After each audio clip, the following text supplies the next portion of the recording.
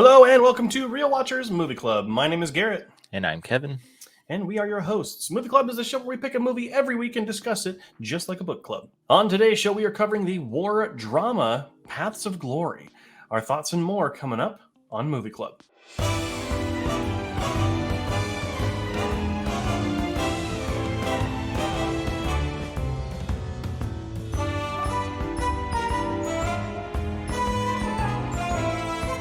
Released in 1957, Paths of Glory was directed by Stanley Kubrick and stars Kirk Douglas, Ralph Meeker, and Adolphe Menjou. After a failed attack on a German position, a general orders 3 soldiers, chosen at random, court-martialed for cowardice, and their commanding officer must defend them. It is currently ranked 62 on IMDb's Top 250, and currently has a 4.4 out of 5 on Letterboxd, and is ranked 27 on its Top 250. Before we dive into our thoughts, though, we do want to issue a spoiler warning for the film. We are going to be talking about things that happen in this movie that could spoil the entire thing for you if you haven't seen it.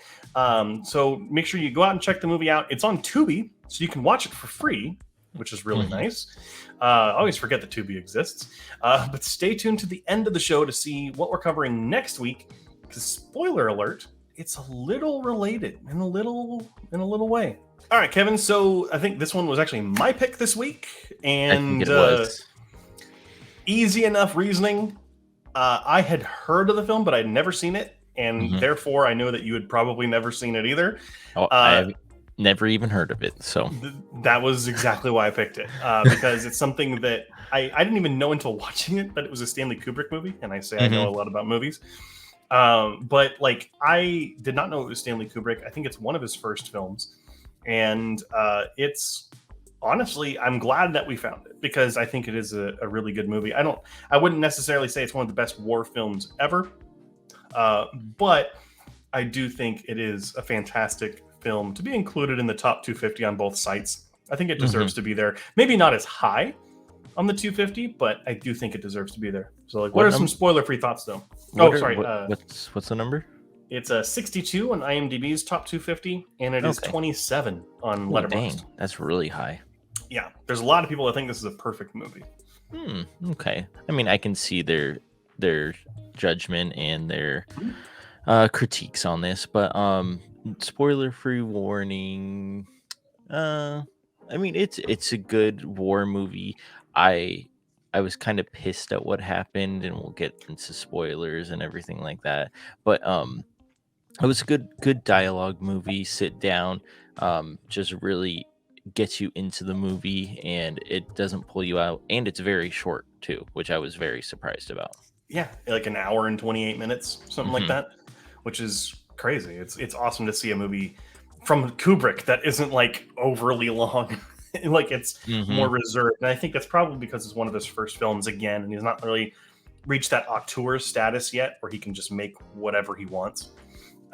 Which, you know, it's kind of nice to see the films that someone starts out with. It's like watching Duel by Steven Spielberg now. Like, I would say this is probably a far better, like, first somewhere era film than Duel is, but I still think it is pretty great. And I do want to go ahead and transition into the spoiler. So let's talk about the spoiler that you so eloquently teased. I hate how he didn't go to the higher rank sooner to get these guys not killed. Like, that really pissed me off. So you're speaking about the gunnery captain or Kirk Douglas? Kirk Douglas didn't go to the top of the military. Yeah, to get the guy that ordered the bombing on his own men, not in trouble before he let his men die. Well, so the one thing I picked up on is we're not really given a time frame of how close it was to when he received that information from the gunnery sergeant, because he didn't know until that gunnery sergeant captain person came to him. Okay. Right. So that could have been 10 minutes before he went to the top brass person. You know, like it's not too clear, and I think that maybe is due to the fact that it is a faster movie. It is an hour and 20 minutes. Maybe they didn't really give that much care and attention to showing when that would have happened in the timeline. But I don't necessarily blame Kirk Douglas's character for that. I would say that the gunnery captain sergeant and his people should have come forward sooner. Yeah, True. And True. if that was there from the beginning, Hmm. this could have maybe all been avoided. Hmm. But I do see your point, though. I think like it's, why wasn't this done sooner? Which, again, it kind of leads into the hopeless feeling this film really creates. Yeah, exactly. And then, but another thing is too. I mean, this movie could have gone two different ways, in my opinion. He could have gotten the gunnery sergeant, could have told him what happened, and then in that courtroom, he could have brought it up to the jury and everything, and help these men stay alive. But they didn't, and it could have expanded a little bit more on that. But again, we don't know the time frame or anything like that. So, but Sure. it was that courtroom scene was so good. I It I was, yeah. loved that scene. It was so good because it felt hopeless. Mhm. Like there was nothing that Kirk Douglas could do, and I think that was kind of expanded upon with how the soldiers feel, obviously leading up to the moment of the firing squad, Mhm. which you know the entire time my modern film brain, like a modern film would not have gone through with it. No. Like the top general would have been like, oh, by the way, go ahead and untie those men and throw the treasonous general up there. Mhm. And like some modern movie would have done that, and it's completely unbelievable. I think this was far more believable in Yeah. what they chose to do with it and actually executing the soldiers. Mhm. Which, to the credit, not to the credit, but to the point of the top general, not the one who's the one that ordered the firing on his own Yeah. people, Yeah. Yeah. Yeah. Yeah. but the top general, that information that the general ordered the fire to be rained down upon these soldiers really doesn't have anything to do with the fact that the attack failed. It Mhm. was in response to the attack failing. Mhm. So it kind of feels it's kind of weird to be like, oh, well, the murderer is, like in like a court trial, right? The murderer is innocent because the father of the murdered person came and did something in Mhm. retaliation. Like it's something that's done after the fact, and it's not really related to that. So I understand why the top general didn't do anything about it in the case of what's going on. And obviously, this is World War One. The the military laws and such are not as clear and well coded as Mhm. they are now. There is, like they talk about in the movie, there is a level of politics, like the media getting a hold of like, oh, this attack failed. They need a scapegoat, Yeah. like for cowardice. Like it plays all sides very well. Mhm. And even though emotionally and logically, that those three soldiers had nothing to do with it. Well, and I believe they did nothing wrong as well. If an Yeah, attack is failing, why risk your life just to die? Come back, regroup, and see what you can do after that. So that's another thing that really pissed me off. It's in the courtroom scene where um the the other lawman, I don't know his the name, but the one prosecutor. that, yeah, the prosecutor was like, "Did you run away?" And the guy goes, "Yes." And he goes, "That's it. That's all." And it's like, but there's so much more to that. It's There's not more just nuance to it. yeah, there's just not it's not a yes and no question. It's like, okay, why did you do this? Why did you retreat? And that's what the other person was trying to say. Yeah, it's one of those things where like you can see where movies like Starship Troopers or universes like Warhammer 40K or things like that get that mentality that like your soldiers, you push forward and you don't stop. You turn back, we shoot you. It came from times like this where there was no protection for the soldier. You did what you were told. And the emotional kind of like, no, there's some bad stuff going on up there, we probably should hold back, doesn't hold any weight because you were ordered to do it. And so like on one hand you can kind of understand that and like where the leadership is coming from, but it's a dated mentality and these soldiers are like, there's no way this is going to work. Like in any modern situation, anyone would have been like, yeah, let's fall back, and there would have been no hesitation whatsoever. It was insurmountable odds, whatever. But again, I think it is that time period, and because the film is trying to take an anti-war stance, The film is Mhm. incredibly anti-war. That's its whole purpose. Yeah.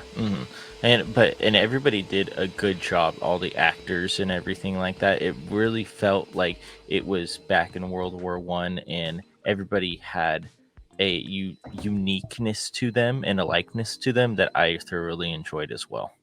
Yeah, especially Kirk Douglas. It's Oh a yeah. crime he wasn't nominated for an Oscar for this movie. Hmm. And same for Adolphe Menjou, who plays the bad general. Hmm. He was fantastic as well in playing someone that you loved to hate. Oh yeah. Right? And those Like, are always the best people, at best actors and stuff. yeah, because they're probably a super nice person in real life, right? But then they're the ones that, like, even like the first time he's out in the trenches. Hmm. You got the guy going through shell shock, which is what they called PTSD at the time. Yeah. And like he's like, oh, you should chin up and not let it take a hold of you, because that's not what a real soldier like. It's But it's like easier said than done. He's yeah, not out there on the field, he's giving commands. So that's what it again pissed me off because of how good of a bad guy he is. you can tell, like you would in any war, who's actually seen combat and who hasn't. Hmm. Or Exactly. and if he has, it was a completely different, because your generals during that time, your leaders weren't in trench warfare that bad. Like, this is like, I don't know, like maybe 100 years after the Napoleonic stuff, like during the 1800s. It's not really the most, like, it's brutal warfare, but it's not like the same brutality that World War I was. And like, you tell that immediately. And speaking of World War I, the battle sequence in this movie is fantastic, for especially for 1957. Hmm. I was very surprised about that. I mean, there had to be real, they were blowing up real dynamites or something like that around them because it just, you couldn't get that, the sound, and you couldn't get that big of a like sand blast if it was not like actually detonating something that was pretty large. Yeah, it lends a lot towards the believability of the Hmm. situation. And I think also the like, it's probably the best depiction of a World War I battle I've seen since 1917 and the recent All Quiet on the Western Front. I Hmm. think this easily stands up with the two of those in depicting what that conflict was like. And I liked how there some when some war movies, I was going to say horror movies, in some war movies, there's a lot of talking when they're in, like when they come out of the trenches and they stop really quick. There's a lot of talking in between people. This one didn't have any of that. It was just, this is what's going on, this is what the war is like. There shouldn't be any talking because they're trying to basically live and try to get to the next trench. So I really enjoyed that part of it. Yeah, and again, like I said, it lends a lot to the believability and the Hmm. realistic quality of it. Hmm. I think it's fantastic. Hmm. And I also want to talk about the ending for this movie. The ending felt really poignant. Like, all right, well, everything's said and done. By the way, we're going back, Yeah. and like, no pomp, no circumstance, Hmm. which is No. exactly what it's like. I Yeah. mean, I would And imagine. yeah, and it was funny how he's trying to bring up his job. Oh, didn't you want that job? And to the other officer, and he goes, didn't he decline it? Yeah, Yeah, because he didn't want to be that type of a person. I believe is what I got from it. And he's talking bad about his hierarchy pretty much. And I love that about when he said that. He was like, "No, I don't want to be like that guy." Or I don't want to put myself in that situation. So the ending is very, I wouldn't say abrupt. It's just okay, time to go back to war. yeah. That's what it felt like. It's yeah, it's abrupt, and it's like, and it works thematically, right? Because Mhm, that's what would have happened. mhm, And I think what's also poignant about him refusing the role, and I get from it what you're saying, right? Like, he doesn't want to be that person. But I mhm, think the other quality that I picked up on is that, you know he saw what happened between the two generals, Hmm. like how he stabbed him in the back. Yeah. So, like, on one hand, you got to think, like, well, why get stabbed in the back by the enemy I can't see coming? I'd rather get stabbed in the front by the enemy I can see coming. True. Hmm. Or, like, like that kind of mentality is what I got from it. Hmm. Obviously, he just, he's like, I'm not working for you, like, I bet, I Hmm. get it. But I think, like, there's something to be said because when you get to that level, it isn't just duty. There's politics, there's so much more that goes into it. There's blackmail, like at points too. Like Hmm. it's a cutthroat position, you know. Yeah. So I completely understand not wanting to be a part of it. Like Yeah. especially after like it also like it happens to all of us, right? In different, not war, but like in different things, where you idealize something for so long, and then you finally get a taste of it, and you're like, I don't think it's for me. Yeah, it's you get to that one point in your job or something. You're like, oh, I'm gonna be the manager of this store, and then you're like, okay, this is not what I expected it to be. Hmm. I'm cool with where I'm at right now, actually. Yeah, or like So, a different store or a different hmm. position or a different hobby or like whatever it is. Hmm. We've all experienced something like that. And so that's what's I think really another thing to take away from it as well. And I think that like we said, Kirk Douglas, just performs that beautifully from Hmm. the dialogue, but just also the way he looks, the way that he emotes. Like you truly feel there's so much internal conflict going on. Yeah. And like, I don't know if you picked up on it, but like as soon as they kind of started saying, yeah, the execution is going to happen, he felt different, Yeah. Oh man. yeah. Like, still puts on a good face for like the underlings, but like, that there is resentment and just anger built up. And that's what is, so incredible about his performance. Yeah, it is, and I always want to give credit to the performances of the military people who are gonna get executed. When Mhm. you're in the cell with them and they're giving their 2 cents about everything, it really feels like they know this is going to happen, and nothing can stop it. Like not even somebody in the higher up, like their captain or anybody can stop this from basically from them dying.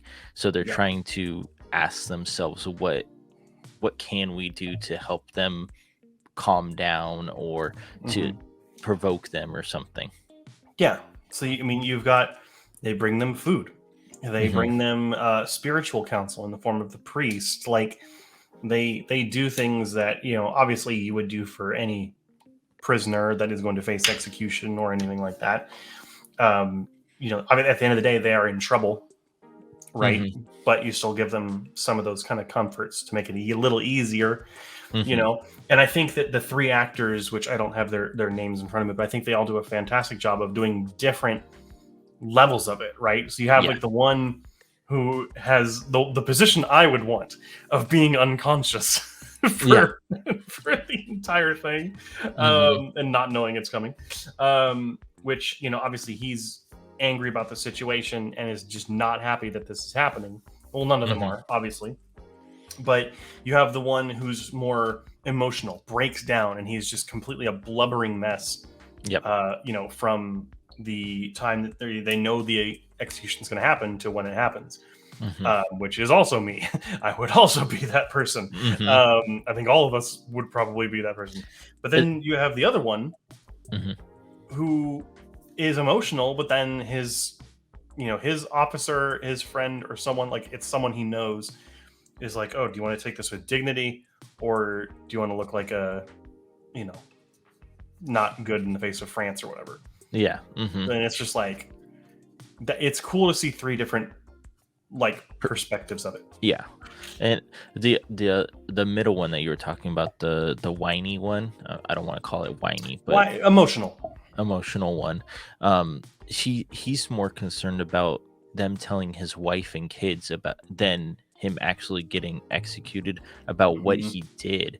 He wants his wife to get told the reason why he didn't do it instead of just having him having the wife being told, "Oh yeah, he just ran away from war." It's not that simple. And It's not even that. It's you Mhm. know, like damn thing was failed at the Yeah, beginning. exactly. And I liked when he was saying that because he already knew he was going to get executed, but tell the family what really happened and why he had to do what he had to do. Exactly. Yeah, Hmm. which is, I mean, anyone who has a family, that's going to be their like knowing that their family knows everything is going to be the primary goal, I would imagine. Or Hmm. like at least tell them I love them, like something like that. But the fact that he's like that shows some interesting qualities of his character. Hmm. That is like it wasn't my fault. It wasn't like I whatever. Like that's really interesting, and I think again very brilliantly performed. Yeah. Okay, so we have talked about this movie. Now it's time to talk about what we think of it score-wise. So since this was a film I picked, Kevin, why don't you go ahead and take it away? Your final thought and a score, if you have one. Final thoughts for a Kubrick movie that is one of his first. It's very very good actually, and I gave it four and a half. Did I give it four stars out of five, and I gave it a 90. We didn't really touch on it, but the cinematography in this movie was very very well done as well.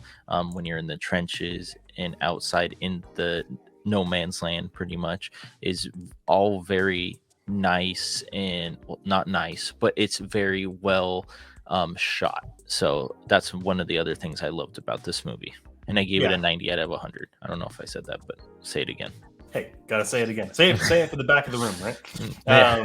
No, yeah, staged beautifully, shot beautifully. Also, I'll talk about it a little here, but like for me, I gave the film a 4.5 out of 5 on Letterboxd. I gave it a 92 out of 100, so we're really close. Hmm. Um, I think the biggest thing for me, as a not as a negative, but it's something I would have liked to have seen, and we didn't really talk about this during the review, and it's good, my bad for not bringing it up.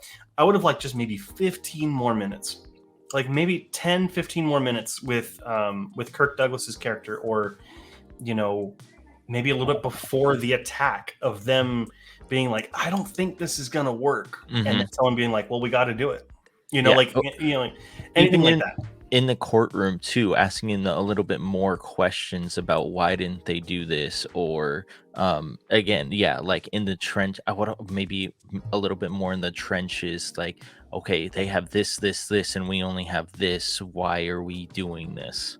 Exactly. Kind of thing. Yeah, it's like throwing a wet rag at a boulder. It's not going to do anything. Hmm. you know, It'll get it clean. well, maybe the one section of it, unless it falls. Hmm. But yeah, as I said, 92 out of 100. I thought this was really, really something special, especially for, I don't know, I don't know if this is Kubrick's first film. I want to double check that real quick. I Um, think it's one of his first films. it's one of them. It's not his first film, but it is one, it's close to the beginning. Hmm. This is kind of his first more epic film, it looks like. But Hmm. a fantastic film. If you haven't seen it before, if you're into war films or courtroom dramas, or even more like performance-based dramas, I think that this would be really up your alley. Even people who aren't into war movies might enjoy this movie, I think, more than any other war movie. And maybe that's why it has so many fans on Hmm. movie review websites. So the question now falls to you. What do you think of Paths of Glory? Make sure to leave those comments down in the description down below. And remember to be respectful of one another because we will be watching. Next week, we'll be covering the action war film. There's your thing that's similar. It takes place during a war. We'll be watching Inglorious Bastards, which is going to be very exciting. Make sure to watch it before next week so you aren't spoiled. And thank you so much for watching. Make sure to like, comment, and subscribe to us here on YouTube, and follow us everywhere on social media at Real Watchers. That is REEL Watchers, pretty much everywhere. And until next time, keep your eyes on the screen.